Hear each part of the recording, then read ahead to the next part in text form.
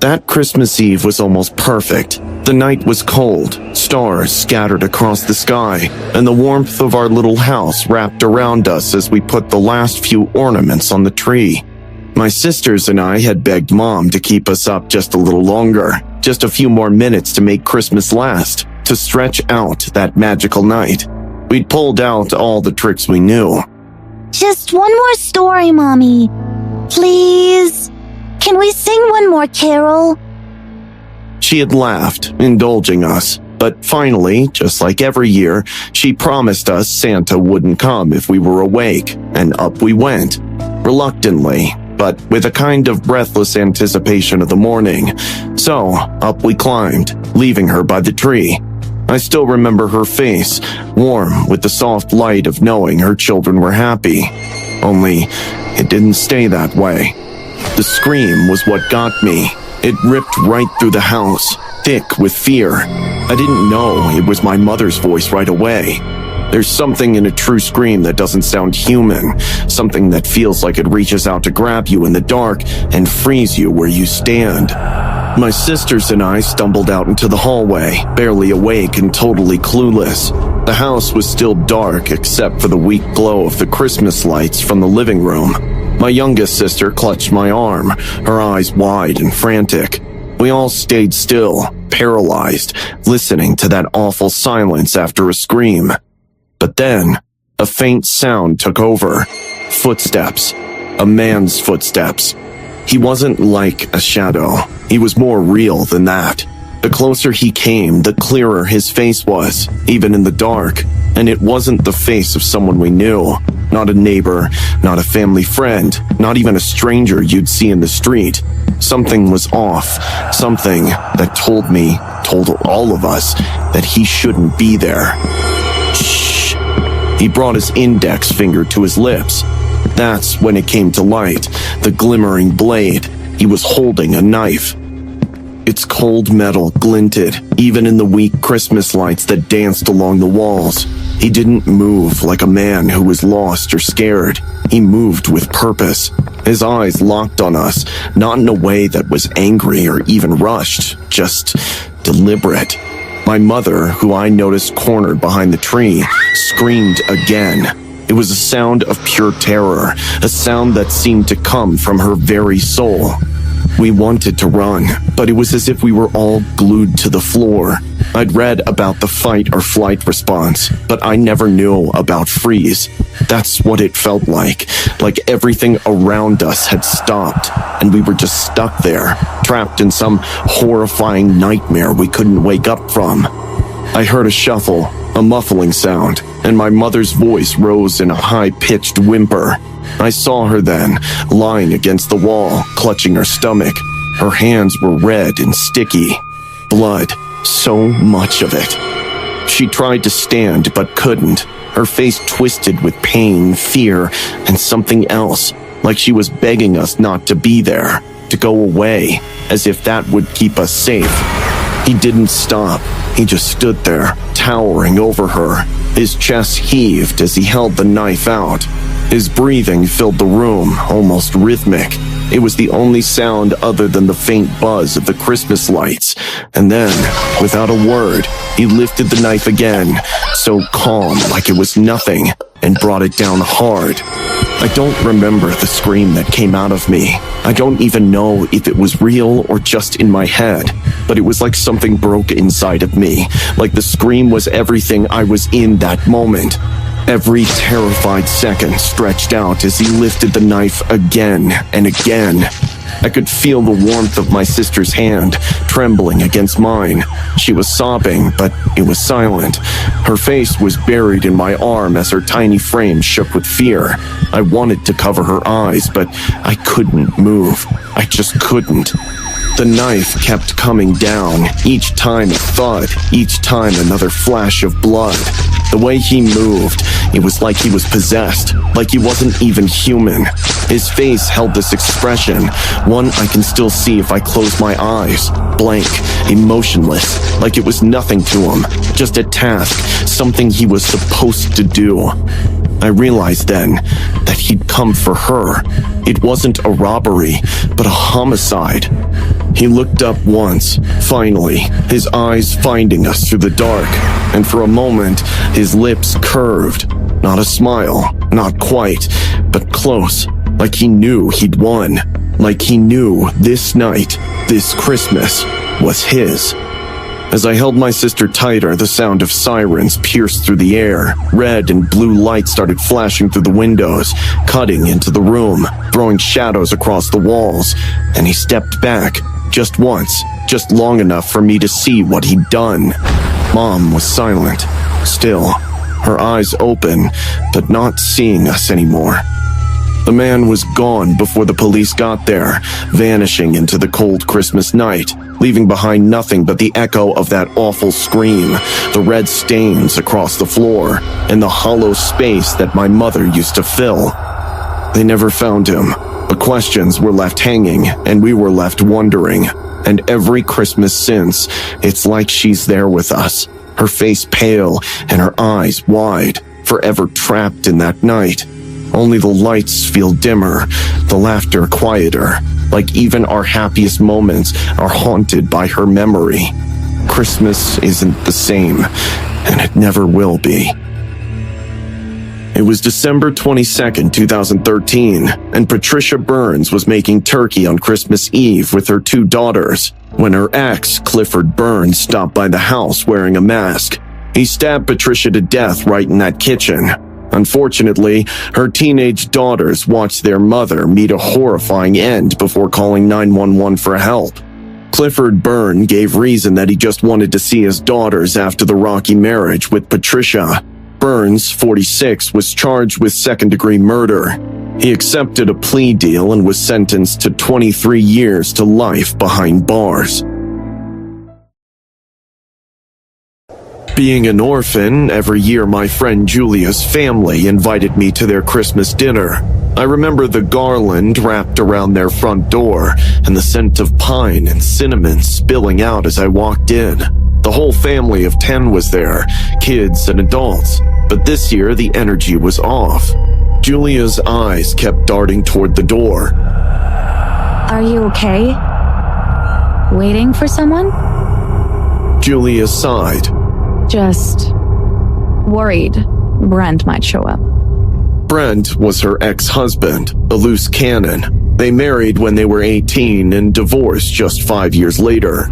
He was abusive, reckless, and everyone but Julia saw it coming from a mile away. They'd been going through a nasty divorce, and he'd lost custody of their son Peter just weeks before. I'd only met him a few times, but that was enough to feel his intensity. Brent had this presence about him, something dark. I told him he couldn't see Peter until after the holidays, but he's not taking no very well. He got a restraining order. Don't worry, you're with family. She managed a weak smile, but I could see the worry on her face. Later, while we were gathered around the tree, there was a knock at the door. Julia's face went pale, and the laughter in the room died instantly. I got up to answer it, expecting to brush off some random visitor, but as I opened the door, my breath caught. It was Brent, dressed as Santa Claus. He had the red suit, the hat, and even a fake white beard that only half covered his face. But it wasn't a joyful Santa standing there. His eyes were cold, focused. He clutched a massive, bulging sack over his shoulder. Brent, you're not allowed to be here. He pushed me aside and barged in. Ho, ho, ho! Julia gasped, clutching Peter close to her. I just came to bring gifts for my son. It's Christmas after all. The room was quiet. You need to leave, Brent. His eyes narrowed. I came all this way. Let me see my son just for a minute. A tense silence filled the room. I could feel the unease building as Brent's gaze drifted to each of us. Then, he reached into the sack and pulled out something long and metallic, wrapped in shimmering paper. He ripped it open, revealing a shotgun. Brent, what the hell? Before I could even process it, he raised the gun, pointing it around the room as he spoke, his voice eerily calm. You all turned on me. You took everything. I just want my family back. The room erupted into chaos. Julia screamed, pulling Peter behind her as people scrambled for cover. I froze, feeling a numb sort of horror wash over me as Brent started firing shots. I jumped behind the couch, grabbing Julia's hand and pulling her along as she clutched Peter. Brent shot her dad twice in the chest, then chased her mom into the kitchen where he ended her. I could hear him talking, almost to himself, rambling about betrayal, about everything he'd lost. His voice was a blend of bitterness and raw fury, and it sent chills down my spine. They took away my everything! My everything! My everything!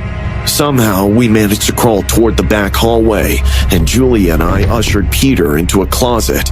I handed her my phone, whispering that she should call the police while I tried to draw Brent away. I made my way to the front door, hoping he'd see me from the kitchen and follow. I glimpsed the destruction behind, the shattered decorations, the spilled drinks, the smear of blood on the floor. Brent shouted from the kitchen, "You're not trying to leave the party early, are you, Alyssa?" I bolted, but he shot at me. He hit my leg and I went down. That was the most afraid I'd been, as I desperately crawled to the door while he walked up to me, ready with his gun. I saw Julia's brother and uncle lying in blood nearby, and I knew that my fate would be the same. But just as he was about to shoot, Julia jumped out of nowhere. She wrestled him and yelled at me to leave. I got up on one leg and hopped out, rushing to the neighbors for help, who were already out. That's when we all heard 2 more shots go off. The police cars arrived quickly and they barged in, only to find a bloody Santa with his son sitting in his lap, a shotgun lying at his feet, beside the body of Julia. Brent was taken away, sentenced to a lifetime in prison. I took the custody of Julia's son and lost his entire family to that madman. It's a wound we could never heal from. This story is inspired from the Covina Massacre, one of the most shocking crimes in recent American history, which occurred on Christmas Eve 2008.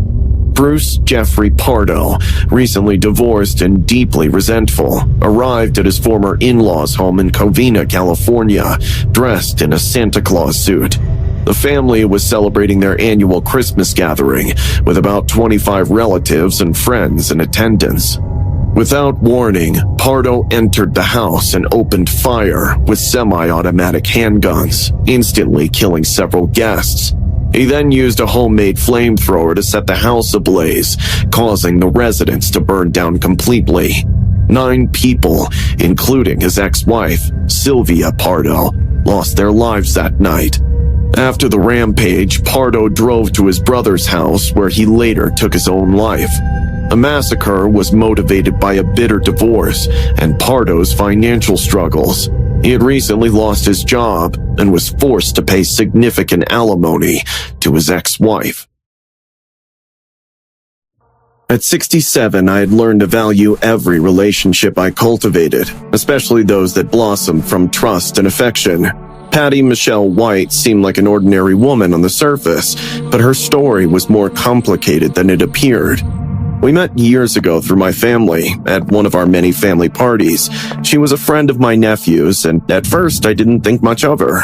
However, when she found herself in a dark place in her life, facing financial difficulties, I decided to open the door of my home to her. I offered her a place to stay, something I thought would help her find her way. I remember the first day she arrived at my house. She had a small suitcase and a shy smile, perhaps a little nervous. Thank you, Michelle.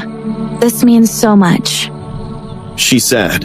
I looked into her eyes and she seemed like a grateful woman. I could only pity her for what she was going through. In time, we shared more than just a space. We even had late-night conversations, which were honestly the best part of my days. We talked about life, lost dreams, and the choices that had brought us to where we were. Remember when we were young and thought we'd have it all figured out by this age? I would joke. Yeah, and here we are, just trying to survive. I would reply, laughing at how ironic life can be. As the weeks went by, Patty became part of my routine. I even let her use my car to run errands, and I shared my debit card PIN with her so she could buy food for both of us. It was a mutual trust that bordered on blind faith, and she often told me she thought of me as a mother. She made me feel useful, like I was reliving my parental days. One afternoon, my twin brother Phil came to visit, eager to meet Patty. "It's always good to meet new friends," he told me as he sat in the kitchen sipping a cup of coffee. Patty just walked in, smiling and bringing freshly baked cookies. It was quite a pleasant afternoon. She talked about her problems with her ex, her financial situation, and how she was trying to get her job back, but she always seemed motivated. "She's taking good care of you, huh?" Phil said to Patty in a joking tone. I'm definitely stealing some of her love. She replied, laughing. I felt a warmth in my chest, a joy at the connection we had made. As the weeks turned into months and Christmas approached, we decorated the house together, creating a festive atmosphere filled with laughter.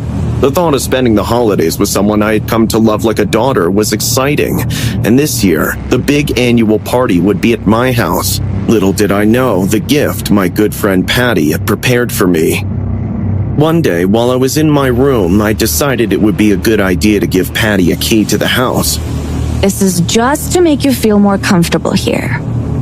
I said, as I handed it to her with a smile. She took it with trembling hands, her face reflecting a mixture of happiness and something else I couldn't identify.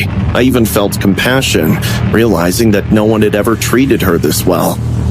A few days later, as I was getting ready to host some friends for dinner, I noticed that Patty seemed a little more nervous than usual. I saw her pacing the house, her gaze restless, as if waiting for something. Everything okay, Patty? I asked her, and she smiled, but something in her eyes didn't match her expression. On the evening of the 6th of December, Phil came to see me again. During dinner, he couldn't stop laughing and telling stories from our childhood while Patty served the food, but only he and I were laughing. She looked quite serious and lost in thought, which worried us both. Finally, after Phil left, we were alone in the house, surrounded by twinkling lights and the smell of freshly baked cookies. I felt comfortable and confident, as if everything were fine. But what I didn't know was that the night ahead was going to change everything.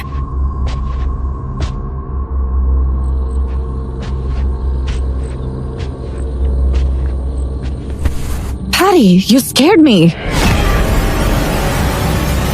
Patty?